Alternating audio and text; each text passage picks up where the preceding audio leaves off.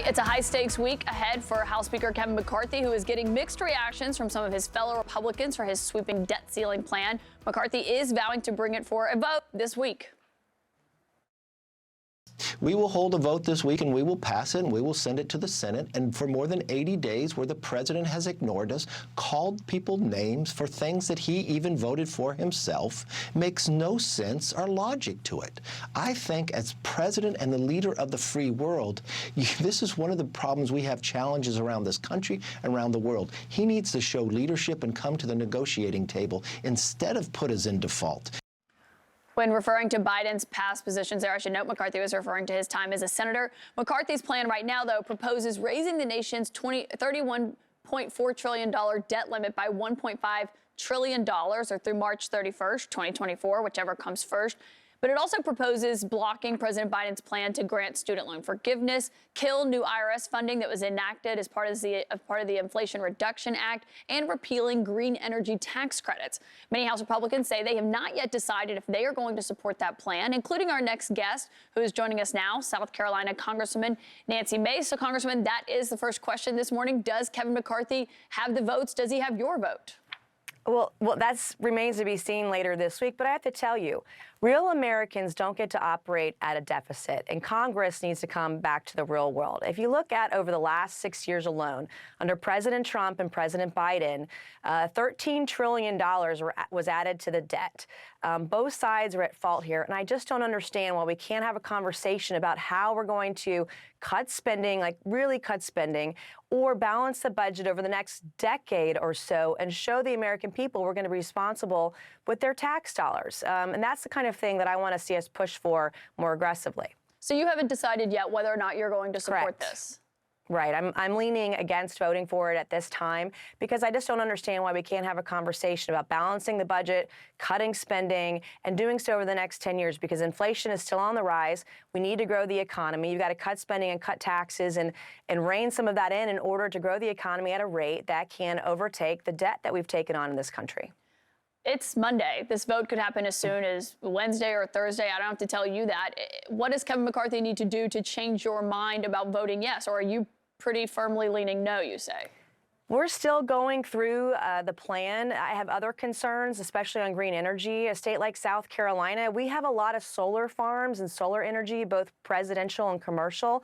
I want to find out and figure out what kind of adverse impact it might have on the state of South Carolina before we finally make that decision. And there are other concerns, and we're just still wading through it. And the devil's always in the details.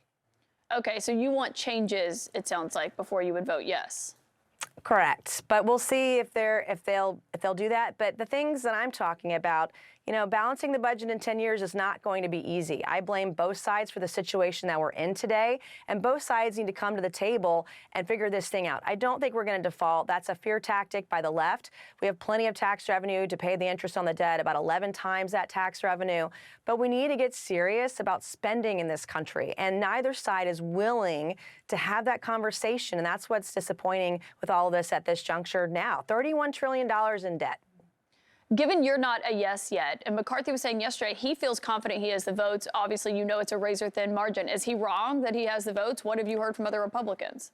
I haven't been whipping the votes, so I don't know where others are. I know that there are several that are going to be a yes. That might be a surprise to some people, and there'll be some surprise no's as well. We'll see how it ends up in the next few days. His argument seemed to be that if Republicans could get this passed this week, it would give them some leverage, help, or force Democrats to come to the negotiating table. Do you think that's just wrong? Well, that remains to be seen. I mean, we've had a really tough time, I would say, over the last couple of years, having both sides come to get together at the table to make some tough decisions, whether we're talking about legislation or the budget or spending, and we really need to do that. I mean, I hope that it can be leveraged for that, but so far the president said he won't even come to the table, and that's wrong, too. We need both sides to come together. Both sides have contributed to the $31 trillion of debt. Both sides need to make tough decisions. The average American has to balance their checkbook. I just don't understand why we keep kicking this can down the road and do absolutely nothing to curb our spending or be at least a little more responsible so we can balance things out over the next 10 years. I don't understand why that can't be a part of the conversation. Yeah, and the White House has said they are staying firm on their position. We'll see what happens. I do also want to get your reaction to the Supreme Court ruling on their move that they made on Friday night, blocking that lower court's decision to try to limit or block the distribution of medication abortion. What was your reaction to that, given it's clear this fight is far from over? Right. The fight is far from over. But for now, the Supreme Court did make the right decision. I came on your show 2 weeks ago talking about that judge's decision. And in part, the basis for his decision was completely unconstitutional, using a law that the Supreme Court, United States Supreme Court, said was unconstitutional back in 1983. This is an issue where Republicans need to think about whether or not they want to continue losing elections to the left, and some on the far left want abortion up until birth, or if they want to moderate some of their extreme views and say we can be pro-life and be pro-woman at the same time, and talk about what we're doing to protect women who've been raped, girls who are victims of incest, what we're doing to improve OBGYN access in rural areas, and contraception and contraceptives to those areas that don't have OBGYN doctors. What are we doing to protect women and being pro-woman while also being pro-life? And that's a winning message and winning policy for the American people, and I want to see us act on that. It's very important right now, more than ever, because people are angry. I see it in my state and in my district. I'm in a very purple district. Yeah. And people want to see solutions. They don't want to continue to see the far right extreme take over this conversation. Yeah, you've been very outspoken on that. You're also on the House Oversight Committee, and you recently went to the Treasury building to look at these SARs, these suspicious activity reports. This is what you said upon leaving the Treasury Department. The amount of money that we're talking about in these suspicious activity reports is astronomical. And the accusations therein, the source of the funding, where the money's going, the shell companies, prostitution rings, etc. It's insanity to me that it's not been investigated in the way that it should be. Now, this is in relation to the investigations that Republicans are conducting when it comes to the Biden family. That is quite an allegation to make, though. Do you have evidence, and how much information and what you saw? This is not a conspiracy theory. We reviewed there were over 170 suspicious activity reports. And I'm going to be very clear. I did that video right as I was walking out of the Treasury, and then the far left wanted to call me and label me a conspiracy theorist afterwards. It's not a conspiracy. These were things that I read about while I was there, and we're talking about potentially up to a dozen Biden family members, and for years now, the left has said no one is above the law. Well, if that's the case, put your money where your mouth is. Have this thing fully investigated to the fullest extent of the law.